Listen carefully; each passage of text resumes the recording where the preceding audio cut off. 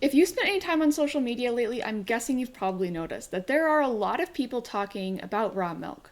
Our social media algorithms and timelines have been taken over, almost overnight, by crunchy mom influencers smiling eerily out at us from beige, manicured kitchens and shirtless grocery store walkers recycling the same tired lines from behind manic eyes.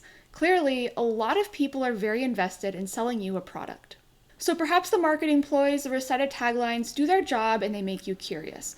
Perhaps you make the mistake of venturing into the war zone that is a social media comment section, hoping to find some clarity or clarification, but instead find people hurling mud and slinging insults at each other from both sides of the aisle, leaving you even more confused than before. We know that on the internet, everyone has their very own soapbox to defend, but when it comes to the topic of raw milk or just unpasteurized dairy in general, those soapboxes seem more like pulpits, if not full-blown lecture halls. For every somber scientist or regretful, grief-stricken parent just trying tirelessly to warn people about the risks that lay at the bottom of the jug, there are several many more people bringing impassioned anecdotes to the table like, I've been drinking raw milk for 666 years and I'm just fine, with hundreds more yelling at the clouds, shaking their fists about big pharma, the government, or just downright denying the risk of disease in general. It is no wonder that so many people are so confused. So what is the truth?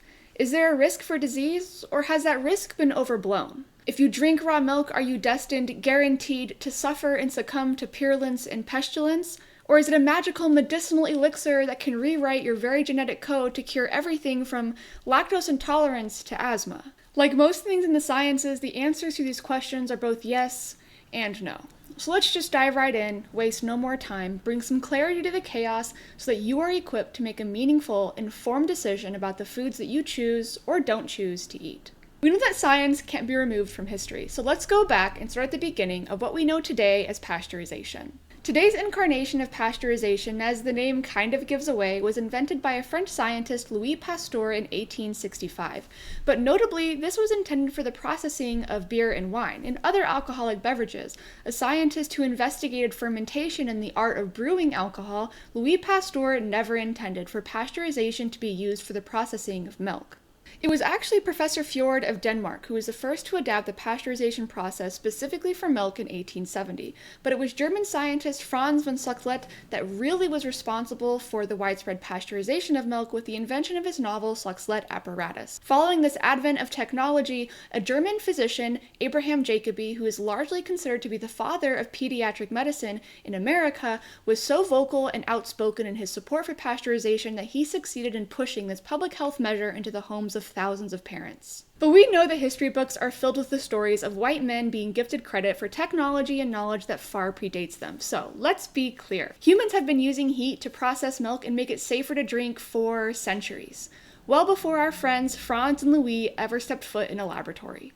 The act of boiling milk has deep roots in Indian tradition, and it's also practiced in several other parts of Asia, such as Sri Lanka, Mongolia, Turkey, Syria, and Palestine, whether for processing food or with respect to cultural or spiritual beliefs.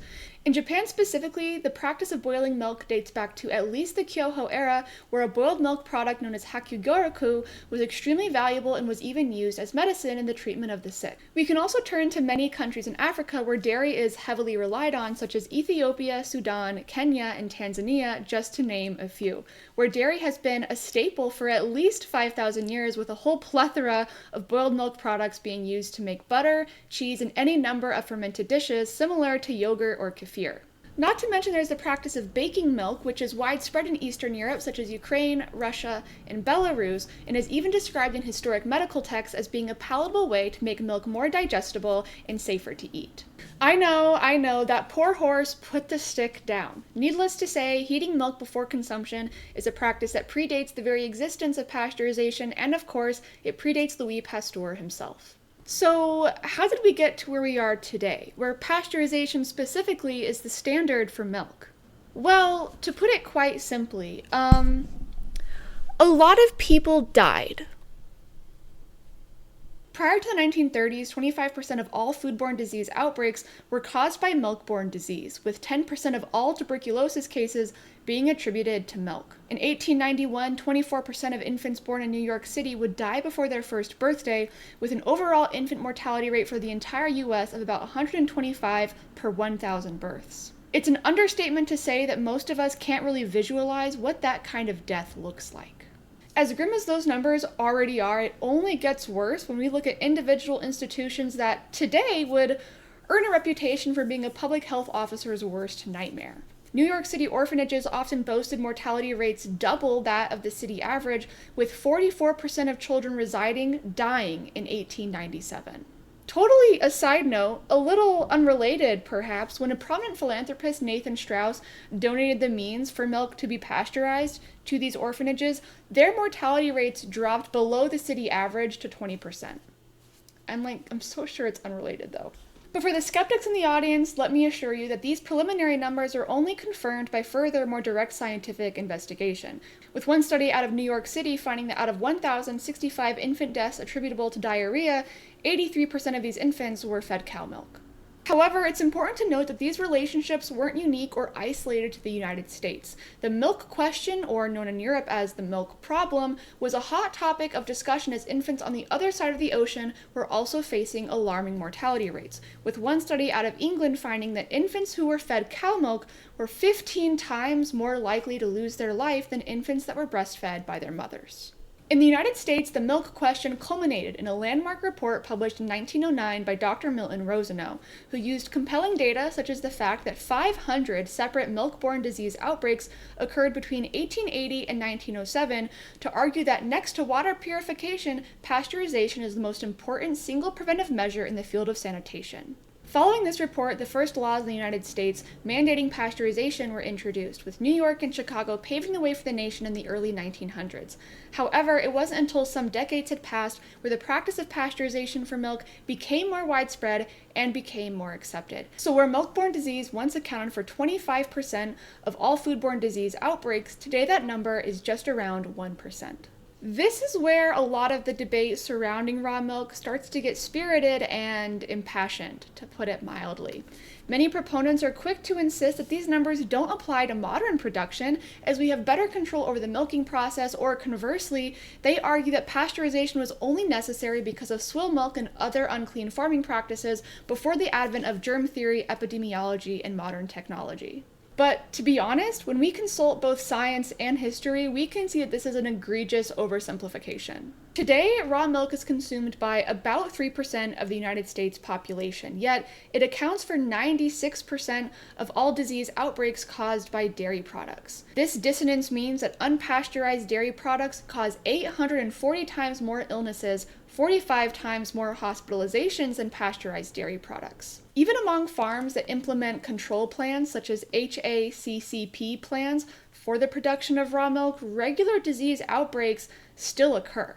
This makes sense when we consider the fact that these control plans are not effective, much less possible at all, for the mitigation of biological hazards such as microscopic pathogens that can't be seen with the human eye, yet can have an infectious dose as low as 10 individual cells. From a microbiology standpoint, this almost feels obvious, yet even if we pivot a little and turn to history, the similarities are... Let me just explain.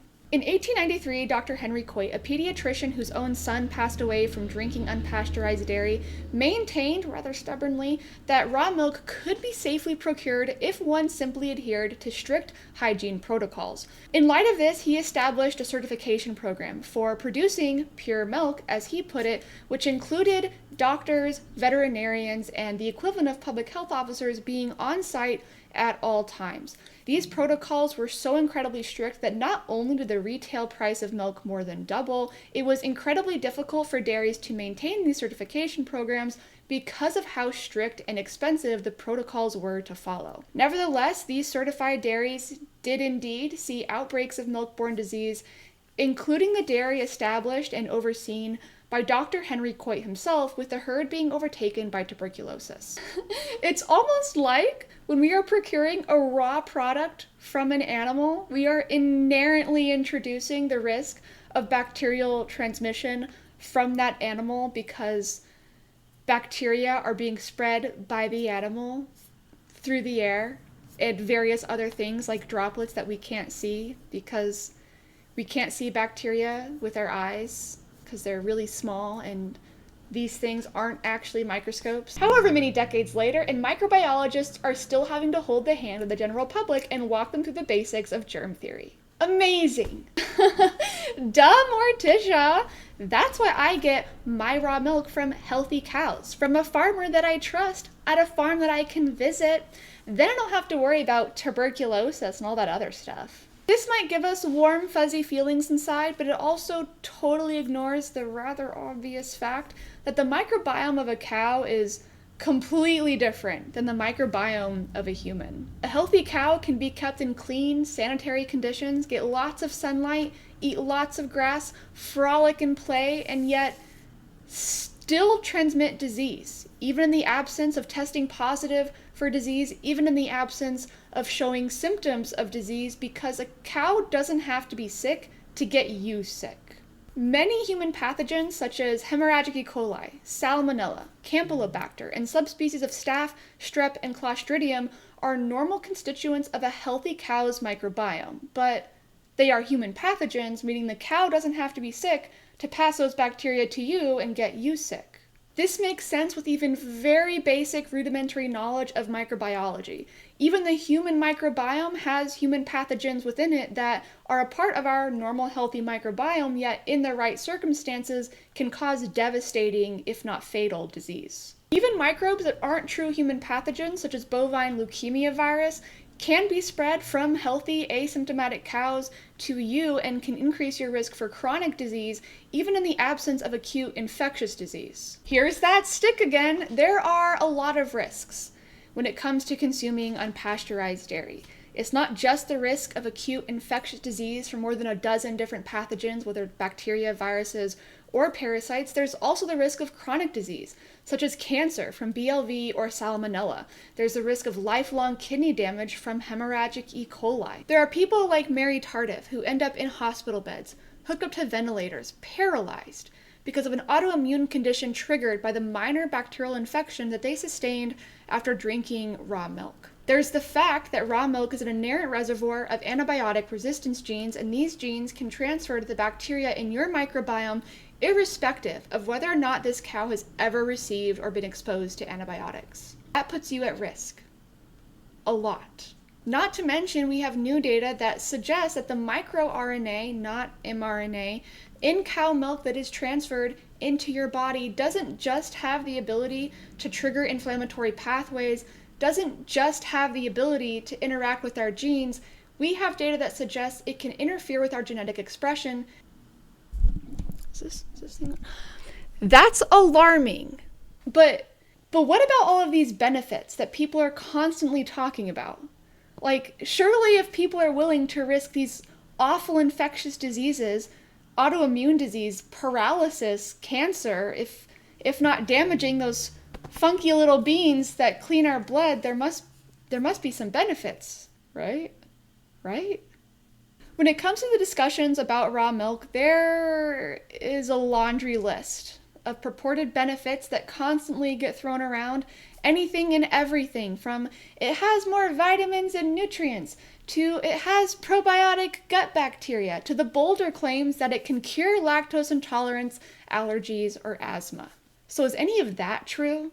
This is where the yes and no comes in. Exactly one of those claims is true, but probably not in the way that you think. So let's just jump right in, because oh boy, there's a lot of info to pack into this next part of the video. Pasteurization does not cause significant changes to the nutritional quality of milk, nor does it cause significant changes to the protein quality of milk. We have confirmed this several times using in vivo studies in both animal and human models. People are very quick to point out, well, pasteurization denatures proteins. This is true. However, this does not have a deleterious effect on the nutritional quality of milk, on the nutritional quality of those proteins, nor does it translate to a negative effect for you or your health. Denatured proteins do not have less nutritional quality than a protein does in its active form. If this was true, we couldn't really benefit from eating any protein, because the second you ingest protein, the pH of your saliva, the enzymes in your esophagus, in your stomach, in your gastrointestinal system in general, denature those proteins so that we can utilize their amino acids to make our own proteins. The minerals that are in milk, especially calcium, that's a pretty important one, are not significantly affected by the heat of pasteurization, nor is their bioavailability, your body's ability to use them, affected by the heat of pasteurization. If you compare unpasteurized milk and pasteurized milk in their mineral qualities, zinc, selenium, and calcium are pretty much exactly the same for both. Some, but not all, of the vitamins present in milk are heat labile. That means when they are exposed to heat, like the heat of pasteurization, they can be damaged or destroyed. But like I said, it's only some of them, not all. Vitamin B6 isn't significantly affected, while vitamins B1, B2, B12, vitamin C, and vitamin E are lowered in quantity. However, vitamin A actually increases in bioavailability following pasteurization. Raw milk, milk in general, is not a significant dietary source for the majority of these vitamins, with the sole exception of vitamin B2. And there are other sources of vitamin B2. It's not exactly hard to come by.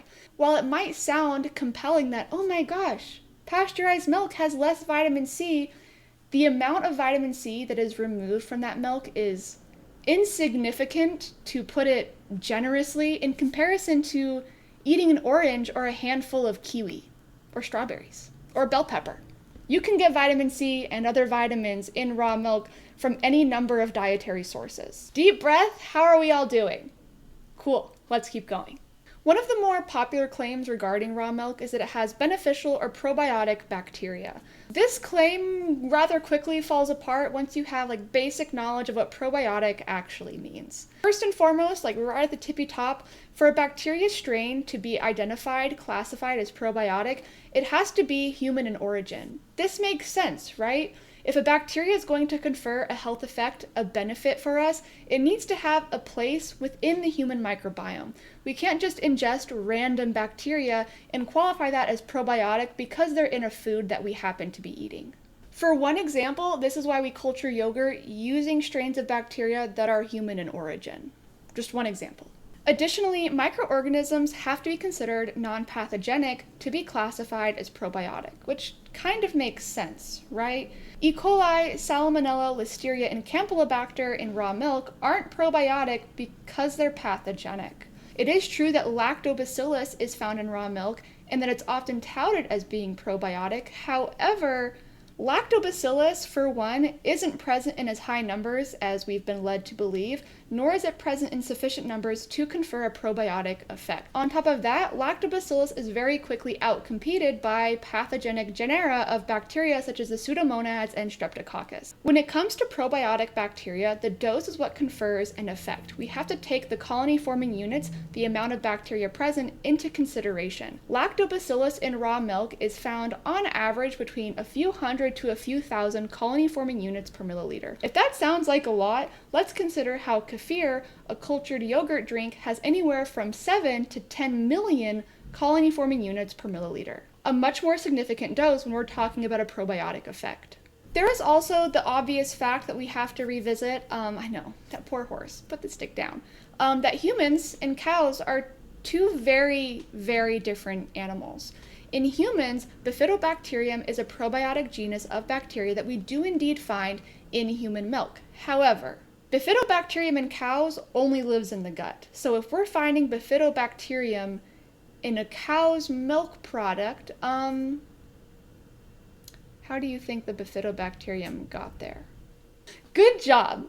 This is why Bifidobacterium serves as an inerrant sign, an inerrant marker of fecal contamination when we find it in raw milk. 88% of raw milk tested was positive for Bifidobacterium. Oh. Let's not think too hard about the fact that the raw milk squad is drinking cow feces and calling it probiotic. For the sake of all our sanity, let's talk about lactose intolerance. The raw milk pundits really want you to believe that drinking raw milk will cure lactose intolerance because, as they claim, the pasteurization process destroys the lactase enzyme, affecting your ability to digest that sugar. And to put it quite simply, I don't think you deserve to be lied to about basic human physiology, like 101 level shit. I don't think that's cool. This enzyme is coded for by your DNA.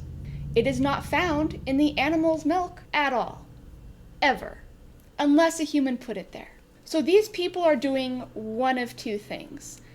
They are really making the claim that drinking raw milk somehow has the ability to change your very genetic code, or they are blatantly lying to you and banking on you not noticing or on you not knowing better, so they can successfully blindfold you and pull the wool over your eyes regarding a basic fact of human physiology. Take that how you will, and consider that formal scientific investigation into this claim has indeed confirmed that lactose intolerant people cannot drink raw milk because lactose is still present.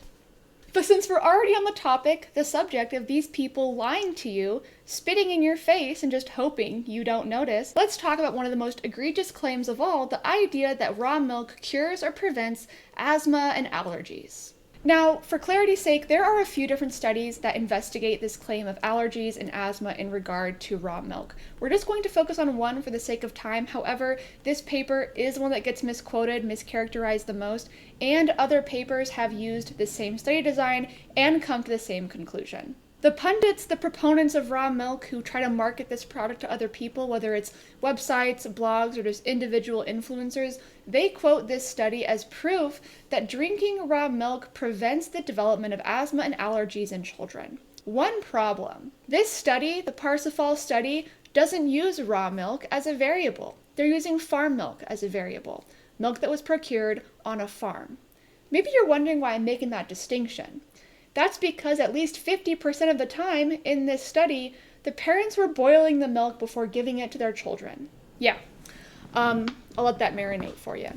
Yet the authors at one website in particular quote this paper, mischaracterize the conclusion, and tell you this paper shows that raw milk prevents allergies and asthma.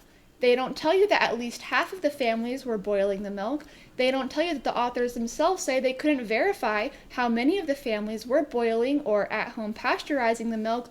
They just completely remove that from the conclusion altogether, instead trying to sell you a narrative that is entirely based on a lie. Morticia, that's awful to say. How do you know that they're lying? Well, they do fail to relay the following concluding remark from the Parsifal study. The present study does not allow evaluating the effect of pasteurized versus raw milk consumption because no objective confirmation of the raw milk status of the farm milk samples was available. Whoa! It's almost like they lie. That's so weird. Why would they do that? Unfortunately, the lies don't end with the preposterous claim that raw milk can rewrite your genetic code or cure lactose intolerance. Don't I wish?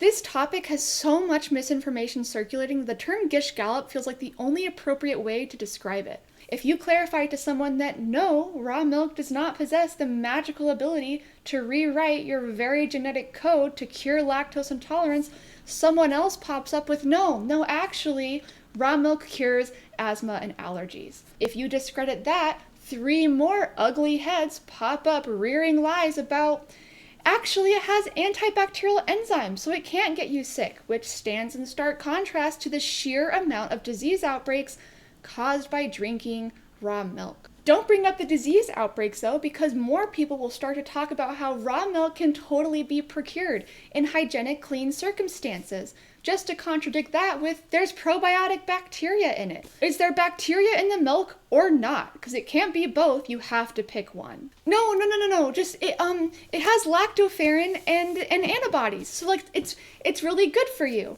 Ignore the fact that lactoferrin and antibodies, if they are present in significant amounts in raw milk, means that the cow has an infection. They have mastitis. No, the farmers just need to test the milk, and then you don't have to worry about disease being transmitted in the milk. Totally ignoring that microbiology tests have a sensitivity threshold, which means you can test milk, have a negative result because not enough pathogenic bacteria were there to give a positive result, but they are present in sufficient amounts to cause disease. The goalposts just move back and forth. Almost by design, it can be very difficult to keep up with the lies in order to emphasize the truth. A tactic that certain groups of people have earned a reputation for exploiting. So where does all of that leave us? Does drinking raw milk mean you are guaranteed to get sick or even lose your life? Of course not.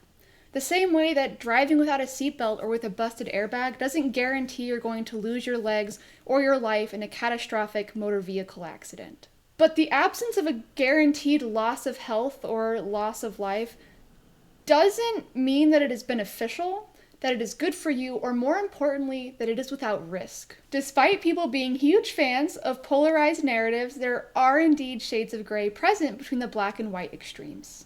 All the while, people on the other side of the aisle are blatantly lying to you, whether it's downplaying the serious risk of disease or just making stuff up about alleged benefits. They claim it's more nutritious for you when it isn't. Or they just blatantly misrepresent, mischaracterize scientific literature and hope you don't notice so they can push a narrative that says, actually, if you drink this raw milk product, it can rewrite your very genetic code to cure or prevent any number of conditions. They insist that raw milk can be clean if it's procured under hygienic circumstances, just to contradict themselves with talking about probiotic bacteria. Never mind the fact that 88% of raw milk samples tested positive for fecal material. Let me conclude with this. There is exactly one defensible, respectable, acceptable reason to defend the consumption of raw milk. F off, I want to. And that's fine. By all means, go ahead. If you are an adult, you can choose to accept or decline the risk that you deem fit for any food that you want or don't want to eat. That is your choice to make. I am certainly not going to tell you or any other adult what you should or shouldn't do to your own body. You have bodily autonomy. That's your own choice to make. I just think that you have the right to all of the information. Informed consent to tangible, legitimate risk relies on having all of the information at your disposal. If you don't have all that information, how can you make a meaningful, willing, consensual choice to accept or not accept any risk? And as we've discussed in this video over and over again, that poor horse. There are a lot of people who don't think that you have the right to access all of that information. They treat you like you're stupid. They blatantly lie about human physiology. They blatantly pretend that documented outbreaks just don't exist. They contradict themselves with claims about hygienic practices and probiotic bacteria, completely ignoring all the scientific literature that stands in stark opposition to those things, both from a modern and historical standpoint, while egregiously misrepresenting scientific literature or just blatantly making stuff up. Why do you think that is? Hi, I'm Morticia, a microbiologist and medical laboratory scientist. Because I'm a scientist, I care deeply about transparency and honesty. All of the sources for the information provided in this video, and a few extras, can be found in the Google document linked in the description below. If you would like to see more from me, I also have short-form educational content on my Instagram, also linked below, and if you would like to learn more about me and my journey in the sciences, you can also look at my website, Morticia's Lab, or join my Discord, Candle in the Dark. Thank you so much for being here. Thank you for watching the video and staying to the end. I hope you learned something new, and I hope you have a wonderful day.